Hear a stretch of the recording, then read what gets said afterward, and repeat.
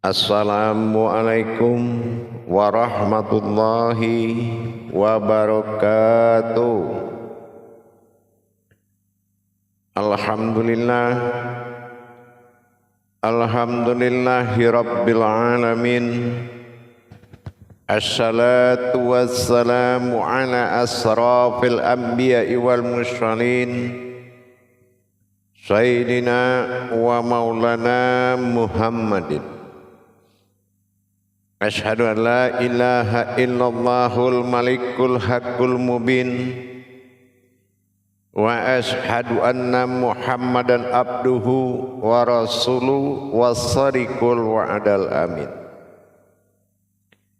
Allahumma salli wa sallim wa barik wa karim ahzanul nabil karim. Ihdinil ladzi min jamalika wa innal ladzi min jalalika wa innahu min kitabika wa tahirin wal mujahidina amma ba'du ibadullah wa ittaqullah. Bersyukur kita kehadirat Allah dengan mengucapkan alhamdulillahi rabbil alamin atas segala limpahan karunia rahmah dan hidayahnya, serta dengan izin dan ridhonya kita dapat menjalankan amanahnya, beramal dan beribadah zahir batin dunia dan akhirat. Bersalam kita tidak akan pernah kita lupakan. Marilah sama-sama kita sampaikan puji dan salam kita kepada junjungan kita Nabi Allah Nabiul Akhirul Zaman Rasulullah Muhammad sallallahu alaihi wasallam. Atasnya kalimahnya kita kalamkan dengan membacakan Allahumma sholli ala sayyidina Muhammad wa ala alihi sayyidina Muhammad. Alhamdulillah, bertemu lagi dengan saya Guru Mursyid Syekh Nur Muhammad Buya Irwan Maulana Al-Khalidi, Pasaman, Sumatera Barat. Tentunya dalam rangka meningkatkan iman dan takwa kita dalam YouTube Buya Pasaman Timur, terutama dalam makom majelis zikir Ma'rifatullah, dalam naungan Yayasan Islam Hidayatul Mubarakah yang insya Allah selalu berbagi ilmu pengetahuan, kupas tuntas ilmu hakikat amal dan ibadah, lebih khusus kepada pengkajian tauhid ilahiyah kepada Allah Tuhan yang Maha Esa. Alhamdulillah, pada waktu dan kesempatan ini saya akan mengajak kembali kita mengingat sesuatu tauhid ketuhanan. Inilah salah satu sifat kenyataan dan kebesaran Allah. Apabila kita mengetahui sejauh mana ketuhanan Allah, baik terhadap diri, baik terhadap umat, baik terhadap alam semesta. Dikatakan Allahul ladzi khalaqas samawati wal arda wa ma bainahuma.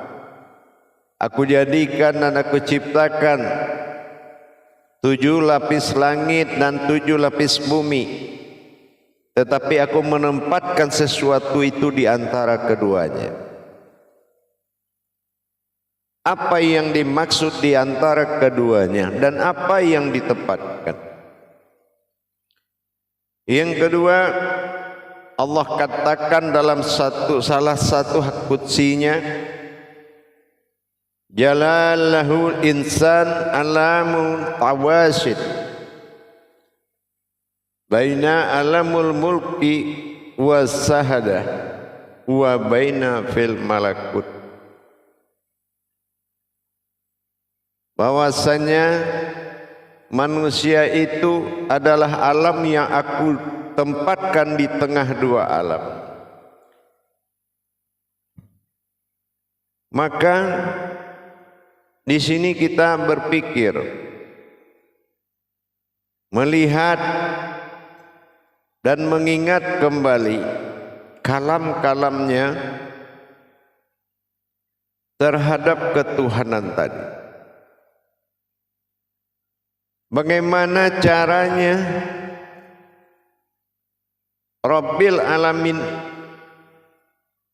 penguasaan ketuhanannya terhadap sekalian alam. Yang kedua, bagaimana jalannya penguasaan terhadap semua makhluk, terhadap ketuhanannya, dan bagaimana jalannya ketuhanannya terhadap umat sampai pada ketingkatan sifat-sifatnya sendiri. Semua bertuhan kepadanya. Kalau alam tidak akan mungkin mengingat melalui sebuah ingatannya kalau dia tidak lupa ada Tuhan bernama Allah. Itu hal yang tidak mungkin.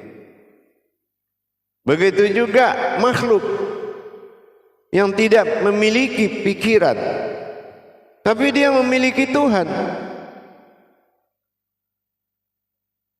Sampai kepada titik hakikat yang tidak terlihat. Semua bertuhan. Nurkah, zatkah, batinkah, semua bertuhan sampai kepada sifat dan tingkah lakunya sendiri. Semua bertuhan. Dari mana pentajalian tingkatan-tingkatan ketuhanan itu sehingga semuanya Rabbil Alamin meliputi sekalian alam sampai kepada sekecil-kecilnya hewan, binatang dan semuanya alam ini. Inilah yang dimaksud aku tempatkan sebuah alam di antara dua alam. Hakikatnya dari alam yang dia tempatkan, wa ma bainahuma, di antara keduanya Allah menempatkan sebuah wujud batin bernama manusia yang bersifat alam. Bukan bersifat diri, tapi bersifat alam. Ini yang kita pernah sampaikan, yang disebut dengan sebuah alam al-qasar, al-qahar, yaitu alam jasmani yang bisa diajak bicara, yang bisa disentuh dan dia hidup dan dia melihat, mendengar dan berkata. Itu alam. Yang mana alam itu terbuat dari kekuasaan dan kebesaran lam jalalah, sebuah alam sifat yang mana tingkah lakunya disebut dengan hamzah.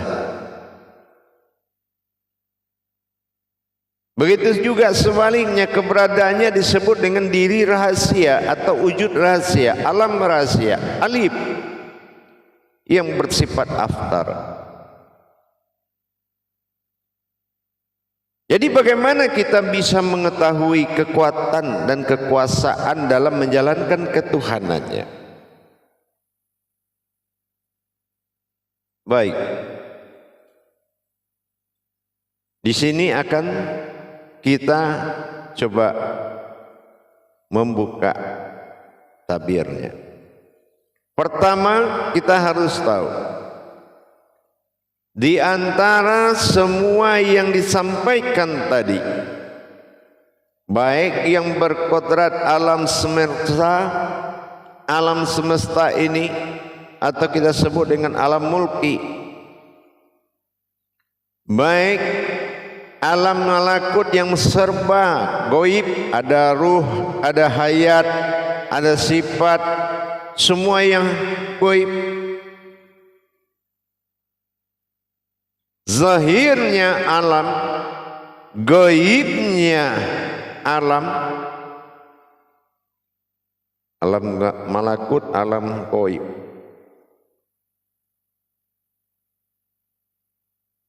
Ini menjadi suatu kehidupan bagi alam manusia. Dengan adanya titik temu dari semua alam tadi, yaitu sumber kehidupan, yaitu sebuah kekuatan batin Allah dalam mengatur segala makhluk dan alam yang kita sebut tadi dengan perantara tiga keinsanan. Alam yang kita sebut alam dunia atau alam nyata, atau juga dikenal dengan sebutan alam semesta beserta isinya, itu terbuat dari batinnya Allah, disebut batiniah. Batiniah ini tingkatannya, derajatnya adalah insaniah. Dia sebuah makhluk. Alam kasat mata itu adalah sebuah makhluk yang mana dia bisa berbicara dengan Allah, tetapi tidak bisa berbicara dengan makhluk. Itu disebut insaniah. Insaniah siapa? Insaniahnya Allah.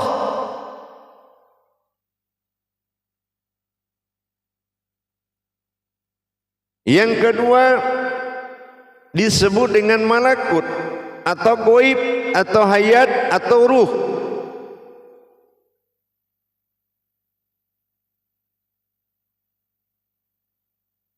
Ini tingkat alamnya. Kodratnya adalah insani, adalah insan yang hidup, insan yang hidup dan dihidupkan. Sudah dua insan berhubungan dengan yang nyata, insaniah berhubungan dengan yang hidup tapi tak terlihat, insani.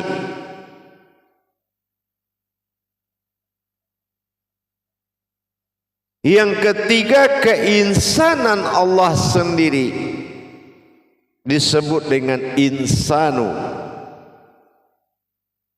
Insanu adalah sebuah batin bagi Allah yang diwujudkan dalam bentuk tubuh batin, yang berbentuk seperti tubuh batin tapi memiliki batin diri. Ini yang dikatakan alam manusia. Manusia adalah alam batin, alam sifat, tempat Allah bertingkat dan bertajalli menjalankan kekuatan dan kekuasaannya dengan mempercayai sebuah batin tunggal bernama domir, disebut ihsan. Dari insan-insan yang tiga tadi disebutlah pimpinan dari seluruh insan, mulai insaniah, insani dan insanu dipimpin oleh ihsan, yang itu diri rahasia yang disebut diri pemimpin dari seluruh diri. Indah sekali susunan-susunan yang diciptakan oleh Allah. Dia utus sifat ketuhanannya yang akan melakukan yang dia kehendaki di dalam melaksanakan menikmati ketuhanannya. Wujud aku tunggal. Dan dia beri nama diri rahasia itu dengan panggilan Allah. Alif lam lam ha. Yang pertama dinamakan tiga panggilan tadi. Pertama dinamakan insaniyah, dipanggil dengan asma. Semua dipanggil dengan yang nyata. Ada asmanya nyata. Yang kedua insani, yang hidup dipanggil dengan ismi, kodratnya disebut dengan ismi. Dan diri atau batin yang dirahasiakan sebagai insan rahasia, ihsan, pemimpin seluruh insan. Ini yang disebut dengan batin atau domir.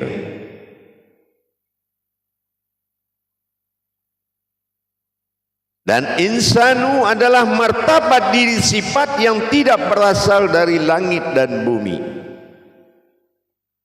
Tiga derajat dan martabat keinsanan Allah, baik dalam bentuk kekuatan, kekuasaan dan kebesaran. Insaniyah, insani dan insanu. Maka dipimpin oleh diri ihsan, sebuah wujud batin tunggal bersama domir, disebut dengan pimpinan semua insan. Wujud alamnya adalah insani atau keinsanan, insani atau insan yang hidup. Insan alif insani. Inilah kodrat dan wujudnya manusia yang disebut alam. Kodrat itu adalah alam. Tiga tingkatan inilah yang dikatakan dalam Nurul ala Nur, Nurul ala Nurin. Di dalam yang hidup ada yang hidup, di dalam kehidupan ada yang hidup. Inilah titik batin yang dimaksud. Jadi diri batin memiliki kerahasiaan, domir ketunggalan yang disebut batinnya diri. Dan tajalli yang dilakukan tiga tingkat keinsanan yang dipimpin oleh ihsan, diri pemimpin yang bertajalli di dalam asma, ismi dan isim. Isim adalah diri insani, ayat yang berkodrat hidup. Inilah tajalli 6 masa dalam sifat, sehingga nyatalah berbentuk tajalli ketuhanan yang diantarai oleh kodrat-kodrat insan yang dihidupkan dalam tajalli batin langsung dari domir atau keihsanannya. Tiga insan dihubungkan oleh batin. Itu yang dikatakan batin tunggal, yang menghubungkan dan menghidupkan semuanya dan bersumber kepada alam kashar tadi. Itulah alam manusia sebagai titik temu dari semuanya.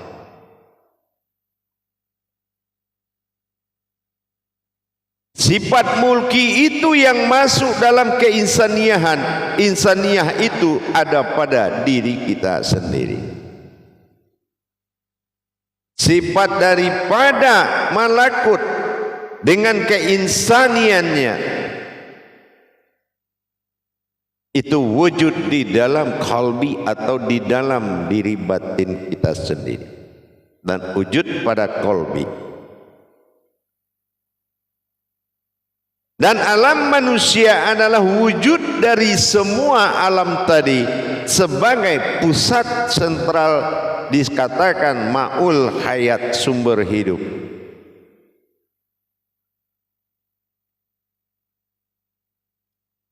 Inilah yang dikatakan ketuhanan tadi, bertajalli dalam tiga keinsanan, hidup dalam satu hayat bernama batin. Batin diri yang batin berbeda. Diri yang batin adalah jauhar yang kita lihat seperti ini. Artinya diri rahasia yang berasal dari rahasia. Inna allaha innal insanu masyakinatul wal marido. Ini rahasianya. Ini diri rahasia yang terbuat dari alif lam jalalah, yang berkodrat kepada kehamzahannya. Ini yang diri tersirat. Tetapi dia dilihat dan diperlihatkan. Inilah am'an, yaitu sebuah batin yang terlihat. Ini tajalli Allah yang sangat kuat, sumber dari segalanya. Napas, hidup, nyawa dari seluruh alam. Ini yang dikatakan alam muluk.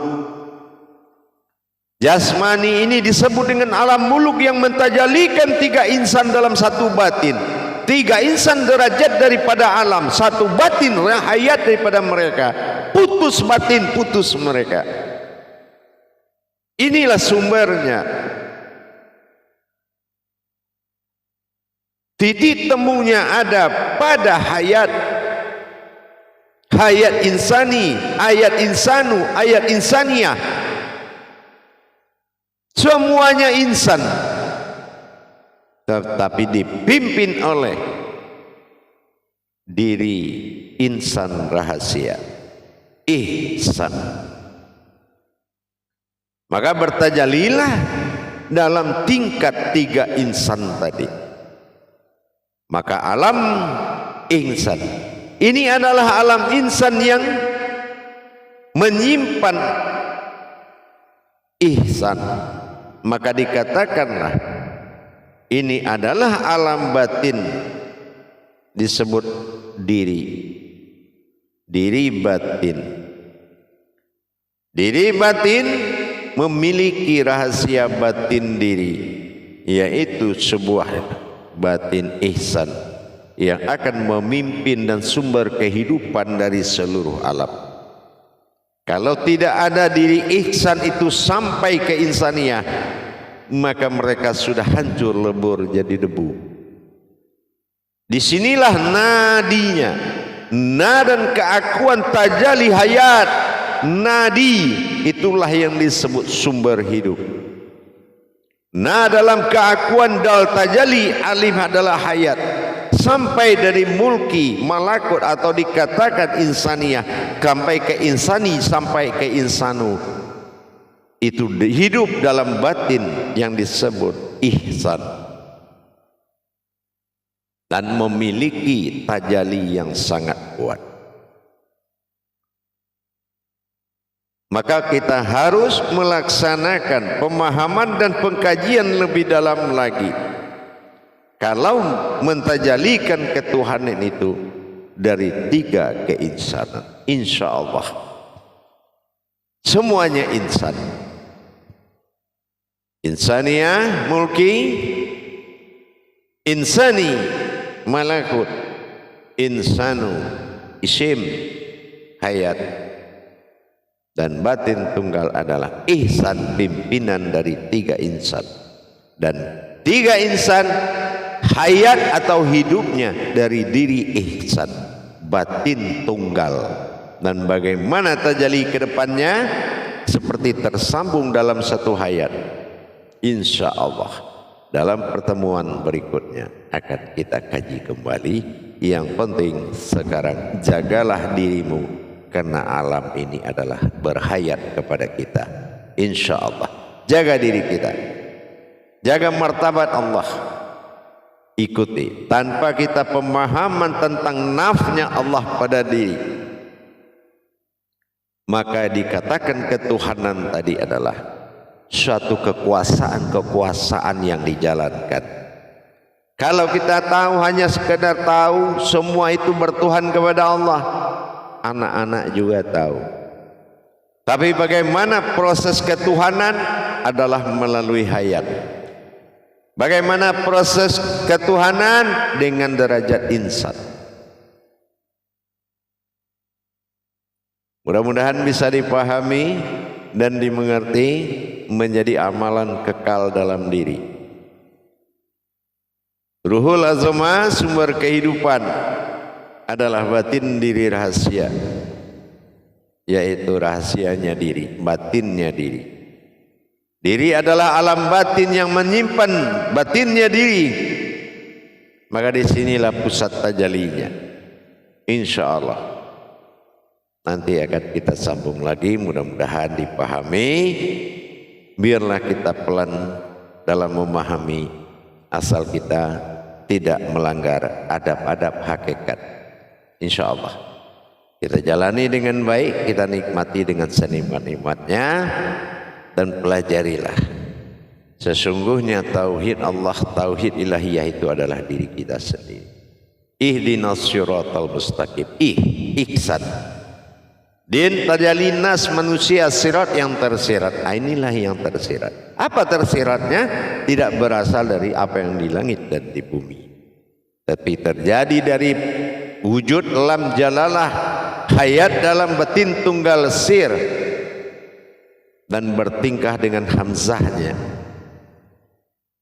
dan berwujud dalam batinnya tunggal. Insya Allah lam alif hamzah ya.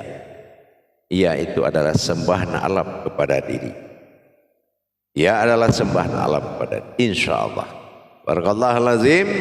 Insya Allah mudah-mudahan bisa menjadi manfaat dan bisa diamanahkan dan diamalkan.